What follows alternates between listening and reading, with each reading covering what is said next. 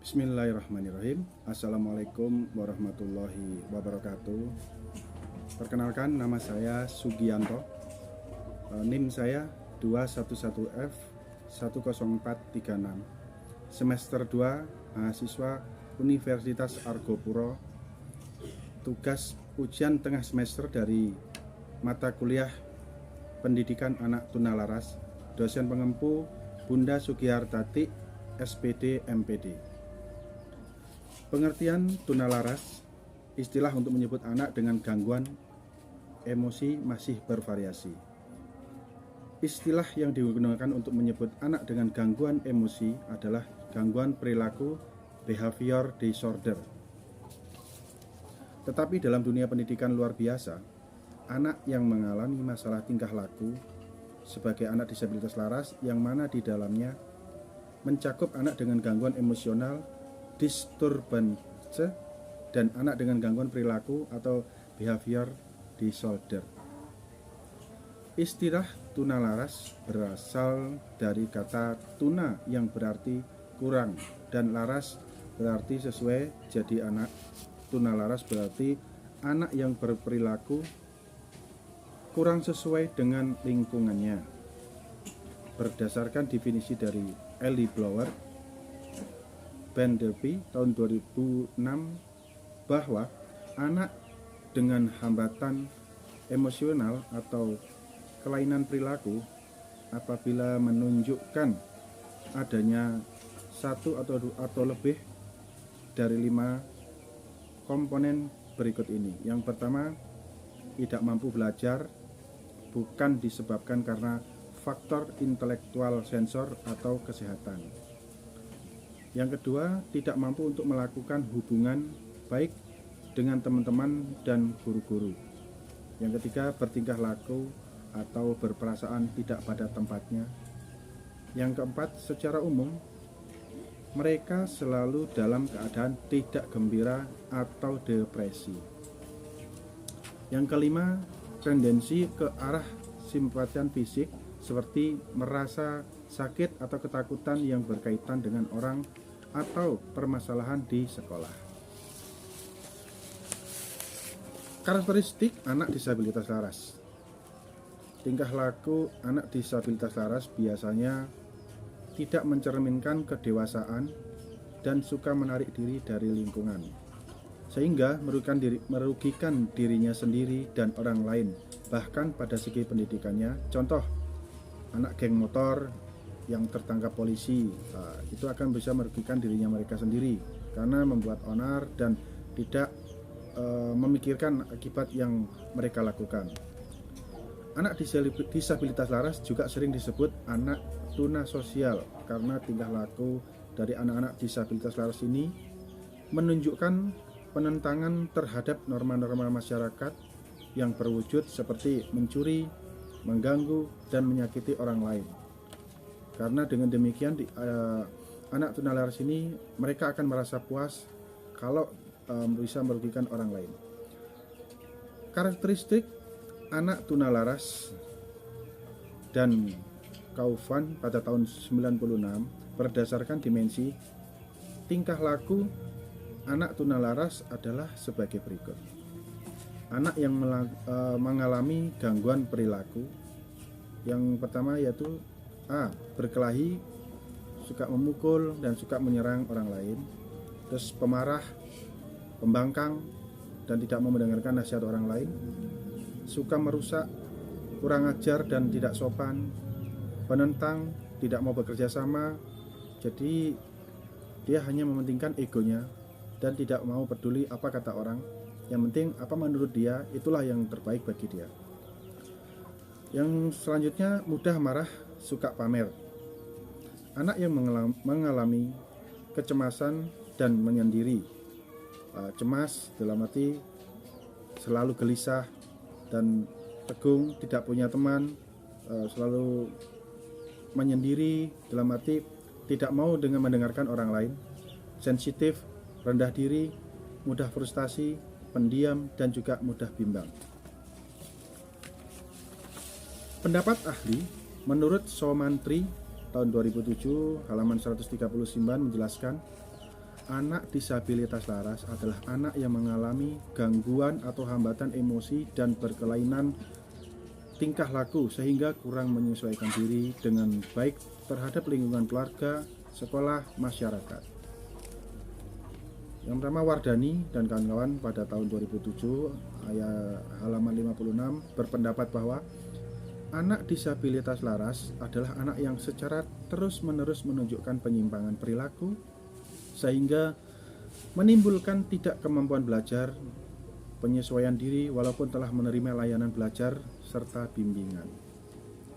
Kakasih 2012 halaman 157 mengemukakan bahwa tunalaras ialah sebutan untuk anak yang terindikasi memiliki gangguan dalam hal emosi dan perilaku yang diakibatkan oleh masalah intrapersonal sehingga ia mengalami kesulitan dalam berperilaku sesuai norma yang ada di masyarakat dan pada umumnya.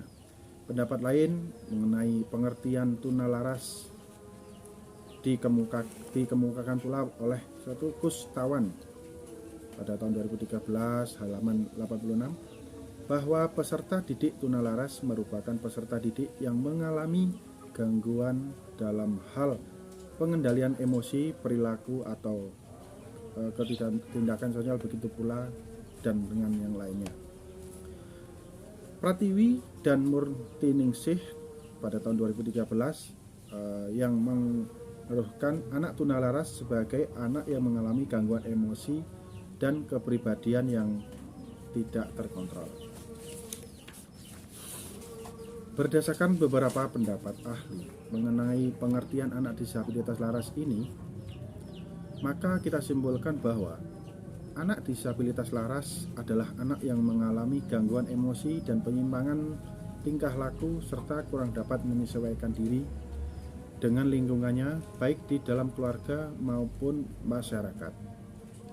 Anak disabilitas laras juga mempunyai kebiasaan melanggar norma dan nilai kesulitan maupun sopan santun yang berlaku dalam kesehari-hari, termasuk sopan santun dalam berbicara maupun bersosialisasi dengan orang lain ataupun dengan para sahabat mereka yang seumuran anak tersebut. Dalam hal ini, jika anak disabilitas laras tidak memperoleh penanganan yang tepat, maka akan berdampak mengganggu kemampuan akademiknya di sekolah, sehingga prestasi anak tunalaras menjadi rendah karena dia tidak dapat menangkap ataupun mencerna pelajaran yang diberikan oleh pihak sekolah maupun oleh guru-gurunya. Penyebab terjadinya disabilitas laras menurut pendapat Pirangelo dan Giulani tahun 2008 ada 3 faktor. Yang pertama yaitu faktor biologis, faktor psikologis, dan yang ketiga adalah faktor lingkungan. Yang pertama faktor biologis, prenatal, natal, dan postnatal, tidak keseimbangan neurotransmitter, yang B genetika atau faktor keturunan. Pengaruh sifat-sifat yang diterima anak dari kromosom kedua orang tuanya terhadap perilaku anak setelah lahir. Beberapa perilaku yang dapat memberikan pengaruh yang negatif bagi keturunannya adalah kawin sedara, seks mania, alkoholisme, kleptomania, gangguan kepribadian, dan lain sebagainya. Infeksi yang mengakibatkan brain damage sehingga memunculkan penyakit mental seperti mental illness atau siswa ketintang 2 di Surabaya. Yang selanjutnya yaitu cedera menyebabkan cacat mental, ibu jatuh saat hamil. Saat lahir, hambatan atau masalah dalam proses kelahiran bayi ini disebabkan oleh 2 faktor, yaitu yang pertama faktor ibu. Usia ibu pada saat hamil yang tidak tepat dapat menimbulkan risiko pada saat melahirkan, seperti ibu yang hamil pada usia yang terlalu muda atau lebih dari 35 tahun. Faktor bayi. Faktor bayi ini yang dimaksud adalah ketika bayi tersebut lahir, dengan kondisi tidak normal, misalkan sungsang, bayi disabilitas, atau bayi dengan kepala yang membesar atau yang biasa disebut dengan hidrosipalus. Faktor yang selanjutnya yaitu faktor psikologis. Faktor psikologis diantaranya adalah keluarga broken home atau terjadinya perceraian dalam rumah tangga ibu dan bapak, sehingga berpengaruh kepada jiwa anak tersebut, sehingga dia akan memiliki sifat tunalaras, sifat memberontak, dan sifat tidak mau dikasih tahu oleh orang lain, dan yaitu sifatnya yang sangat emosional. Yang selanjutnya yaitu kehidupan keluarga yang disfungsional, atau orang tua yang menjadi TKI atau menjadi TKW di luar negeri, sehingga anak tersebut kurang dapat mendapatkan perhatian dari orang tuanya. Dia merasa hidupnya sendiri, jadi tidak ada yang memberikan nasihat, tidak ada yang memberikan motivasi, sehingga anak tersebut menjadi brutal atau liar. Yang selanjutnya yaitu kehilangan figur keluarga, kegagalan dalam mendidik, kurang pergaulan, merasa kurang percaya diri. Manusia harus memiliki keberhargaan diri dengan cara mencari makna hidup, tidak harus sama dengan orang lain, harus selesai konflik pribadi. Yang selanjutnya yaitu trauma dengan masa lalu atau inner child, sehingga waktu masa kecilnya dia merasa dikucilkan dan merasa tidak dihargai, sehingga dalam menghadapi kehidupan di bermasyarakat dia akan merasa minder. Faktor yang ketiga yaitu adalah faktor lingkungan. Faktor lingkungan di sini yaitu setelah bayi dilahirkan mulai berinteraksi dengan lingkungan sekitar. Lingkungan sekitar anak mencakup lingkungan keluarga, lingkungan sekolah, dan lingkungan masyarakat. Lingkungan keluarga kurangnya pembinaan moral dan agama terhadap anak yang berkebutuhan laras ini, sehingga memicu tumbuh kembangnya kenakalan remaja atau pemerolehan kompetensi sosial yang buruk. Lingkungan sekolah. Faktor dari lingkungan sekolah. Aspek yang mempengaruhi ketunalarasan seorang anak yaitu hubungan sosial guru dan murid yang kurang harmonis, tuntutan kurikulum yang tidak sesuai dengan tingkat perkembangan anak, kurangnya perhatian guru terhadap hal-hal yang bersifat positif dan konstruktif, hubungan antar teman yang sebaya yang kurang baik, dan kurangnya sarana prasarana pengembangan aktivitas dan kreativitas anak, sehingga anak tidak dapat menyalurkan bakatnya dan tidak bisa mengembangkan imajinasi yang di dalam hatinya, apa yang sesuai dengan keinginannya. Selanjutnya lingkungan masyarakat. Kurangnya sosialisasi yang tepat merupakan akar dari masalah kekerasan yang ada dalam masyarakat.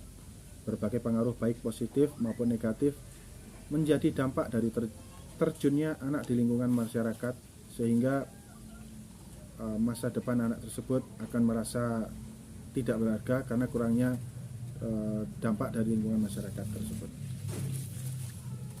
Kesimpulan,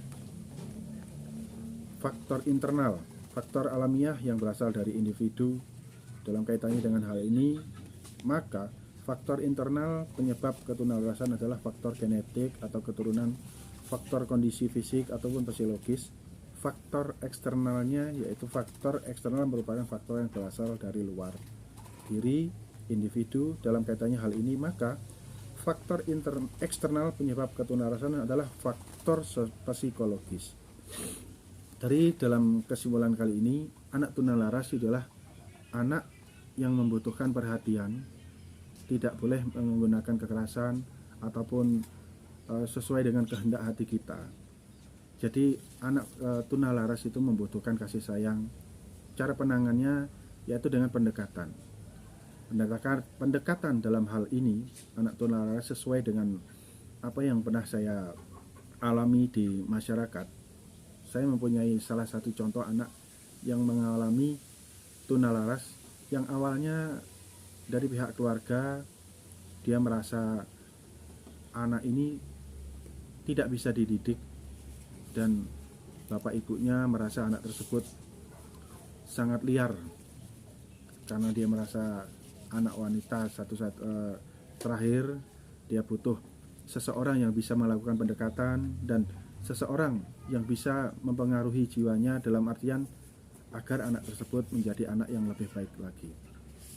Dalam hal ini saya sebagai pribadi, sebagai orang yang memiliki jiwa sosial, dan saya sendiri langsung terjun untuk menangani tersebut, dan hal ini sudah saya buktikan dan saya alami secara sendiri dan kenyataan di masyarakat. Sebut saja namanya anak ini Sofia. Beliau adalah anak dari saudara saya, namanya Bapak Galon. Perumahannya ada di Jember juga. Anak tersebut, si Sofia ini, jika dikasih tahu oleh orang tuanya, dia selalu berontak, selalu marah-marah, bahkan tidak segan-segan memukul ibunya ataupun bapaknya apabila apa yang diinginkan itu tidak tercapai. Bahkan jika keinginan anak tersebut tidak terpenuhi, dia cenderung akan melukai dirinya sendiri, bahkan menjentus-jentuskan kepalanya di dinding. Dan juga yang lebih parahnya, anak wanita si Sofia ini memiliki tenaga yang hampir sama dengan tenaga seorang laki-laki. Dia menendang pintu kamarnya sehingga pintu kamarnya mengalami kerusakan yang sangat parah. Dalam hal ini saya langsung turun tangan, memberikan nasihat dan memberikan arahan kemana anak ini harus diarahkan dan kemana anak ini harus kita bawa supaya anak ini tidak orang tuanya tuh tidak mengalami hal yang ketakutan, dalam artian karena anak ini selalu berontak, selalu liar dan tidak bisa mengendalikan emosinya. Dia khawatir anaknya akan depresi yang sangat berat. Dan dalam pendekatan hari ini saya datangi dan saya ajak untuk kegiatan-kegiatan dalam hal positif, yaitu olahraga. Penanganan yang pertama, olahraga di cabang olahraga lari. Syukur alhamdulillah, dengan kegigihan dan dengan tekad dari dalam hati saya, si Sofia mau menurut apa kata saya dan juga didampingi oleh ibunya. Kegiatan yang pertama yaitu olahraga. Dalam segi olahraga, dengan istilahnya motivasi dan dengan semangat, walaupun sangat terbatas, saya membimbing anak tersebut. Alhamdulillah bisa menunjukkan prestasi, dan prestasi yang sangat diraih yang pertama kali dalam cabang olahraga yaitu lari 100 meter, yang mana waktu itu diadakan dari NPC, National Paralympic Indonesia, yaitu khusus olahraga disabilitas. Nah, termasuk karena Sofia ini adalah anak disabilitas juga, alhamdulillah dia bisa mengikuti kegiatan tersebut dan mendapatkan juara 3. Itu poin yang pertama. Poin yang kedua yang saya lakukan untuk mengisi kekosongan waktu tersebut, si Sofia saya ajak untuk kegiatan agar tidak merasa sepi, merasa sendiri, merasa tidak ada kegiatan di rumah. Saya ikutkan pelatihan di desain grafis, karena dari awal anak tersebut memiliki kelebihan, yaitu memiliki apa yang bisa dibilang imajinasi yang sangat tinggi. Dari lukisan pun, dari lukisan abstrak, dia sangat bagus dan indah, dan itu saya kembangkan mengikuti desain grafis. Alhamdulillah hingga saat ini desain grafis beliau akhirnya dikembangkan menjadi lukisan karikatur ataupun animasi yang sangat luar biasa. Itu yang kedua. Poin yang ketiga yang saya lakukan yaitu saya sarankan ke orang tuanya, yaitu agar mengikuti pendidikan agama. Alhamdulillah didengarkan pula oleh bapak ibunya. Dikirimlah Sofia di salah satu pesantren khusus anak disabilitas, tunawicara dan tunarungu. Alhamdulillahnya, kabar bahagianya, beliau juga sudah mengikuti pelajaran di pondok pesantren tersebut, bisa mengikuti tahfiz Al-Quran dengan bahasa isyarat sesuai dengan disabilitasnya, dan juga bisa mengikuti perkembangan di sana. Bahkan prestasi yang dia dapat di pesantren tersebut, dia mengikuti kejuaraan panahan, dan di sana juga mendapatkan prestasi panahan tersebut, yang insya Allah prestasinya tersebut juga akan tetap saya kembangkan, akan saya kawal di Jember ini agar bisa mengikuti di kegiatan-kegiatan selanjutnya yang mana nanti akan diadakan oleh kegiatan di olahraga disabilitas di Jember ini. Dan kabar gembiranya, si Sofi sekarang menjadi anak yang syar'i, dalam arti dia sudah mengerti dosa. Dia menyarankan dan mengasih tahu ke orang tuanya kemarin saya datangi langsung, dia tidak mau melepas cadar dan dia tidak mau lagi menggunakan celana panjang. Dia hanya menggunakan rok ataupun baju syar'i ataupun menggunakan cadar. Karena bagi dia menunjukkan aurat itu adalah dosa. Dan dosanya itu akan ditanggung oleh orang tuanya. Dia tidak mau membuat orang tuanya mendapatkan dosa. Dia tidak mau membuat orang tuanya susah. Dengan bangga dalam hati saya, berarti apa yang selama ini saya ajarkan, apa yang selama ini saya kawalkan kepada beliau, kepada adik Sofi ini, alhamdulillah bisa berguna bagi beliau. Dan dari keluarganya pun bersyukur dan syukur alhamdulillahnya anak tersebut menjadi anak yang benar-benar berbakti saat ini dan benar-benar menjadi panutan, dalam arti menjadi idola keluarga.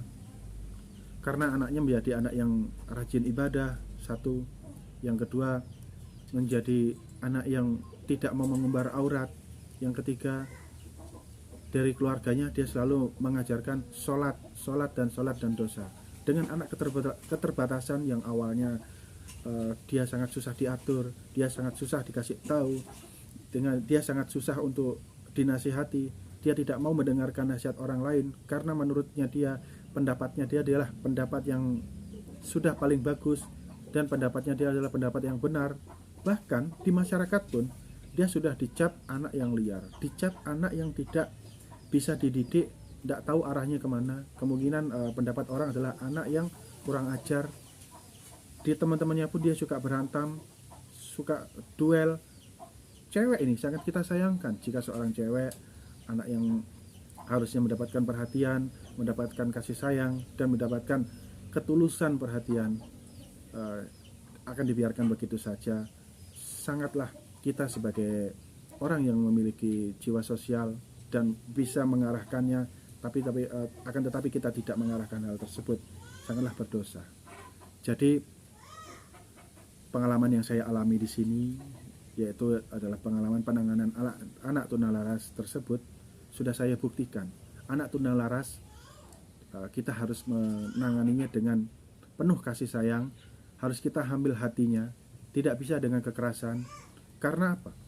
Anak tersebut sudah saya buktikan, kalau kita penanganannya dengan kekerasan, dia akan selalu berontak, dia akan selalu melawan, dan dia tidak akan mau mendengarkan apa kita. Akan tetapi kalau kita melakukan pendekatan dengan kelembutan dan dengan penuh kasih sayang, dia akan merasa, oh iya, saya masih ada yang memberikan perhatian, saya masih ada yang menasihati, berarti saya ini masih bisa menjadi orang baik. Meskipun saya belum mahir dengan bahasa isyarat, karena untuk berkomunikasi dengan Sofia ini saya harus menggunakan WhatsApp dan juga menggunakan bahasa isyarat seadanya, semampu saya, yang mana supaya dimengerti oleh adik Sofia ini. Jadi kesimpulannya dia selama ini, dia mengatakan kepada saya, selama ini saya menjadi anak yang tidak berguna, selama ini saya menjadi anak yang merugikan bapak ibu saya, selama ini saya menjadi anak yang menyusahkan kedua orang tua saya dan juga keluarga saya. Namun berkat bimbingan, dia memanggil saya bimbingan Om Sugi, alhamdulillah saya sekarang menjadi anak yang tidak mau menunjukkan aurat saya di luar umum. Jadi kesimpulan saya, anak dengan disabilitas laras, yaitu bisa kita tangani dengan cara pendekatan, kita ambil hatinya. Mungkin ini yang bisa saya simpulkan kali ini. Mudah-mudahan bermanfaat dan mudah-mudahan bisa digunakan oleh teman-teman lain yang ada di luaran sana, yang menemukan pengalaman seperti yang saya alami, dan bisa juga menjadikan motivasi buat adik-adik semuanya, buat teman-teman yang lainnya yang mungkin mengalami emosional yang tidak terkontrol. Carilah teman yang bisa memberikan nasihat kepada kalian, carilah sahabat, carilah teman yang bisa mengarahkan kalian ke jalan yang benar. Jangan mau diajak ke arah-arah yang sangat merugikan kita, karena sekali kita terjebur menjadi orang yang rusak, selamanya kita akan dinilai menjadi orang rusak. Sekian dari kami, wabillahi taufiq wal hidayah. Assalamualaikum warahmatullahi wabarakatuh.